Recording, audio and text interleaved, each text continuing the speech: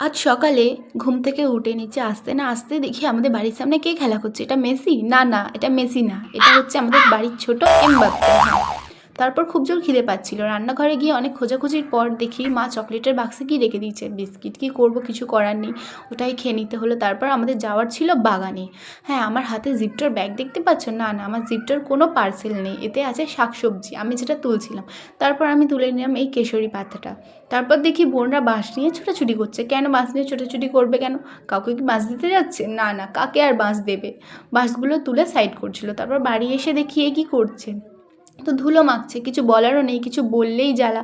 কিছু বললেই কাঁদবে, উল্টো আমাকে এসে মারবে। যাই হোক, তারপর আমি করে নিচ্ছিলাম আমার লালু বলুকে একটু আদর। ও মাথায় দাগ দেখতে পাচ্ছ? কি বলবো আর বলো। ওই একটু লেগে যায় আর কি। তারপর আদর করে নিয়ে আমি গেছিলাম গোসল করতে। গোসল করে এসে আমি একটু আয়নার সামনে ঢং করছিলাম। কি করব, কোনো কাজ না থাকলে যা হয় আর কি।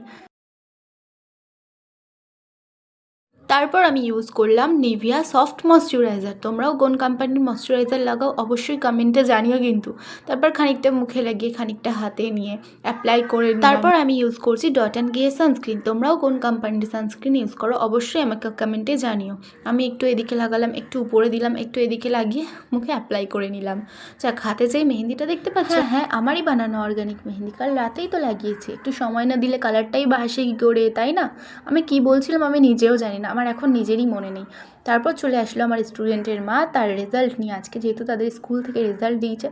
যাক, রেজাল্ট খুব ভালো করেছে। আমার দেখে তো আমার মনটা খুব হ্যাপি হয়ে গেল। যাক, আগে গিয়ে আরও ভালো রেজাল্ট করবে আশা করি। টাটা, দেখা হচ্ছে নেক্সট ভিডিওতে।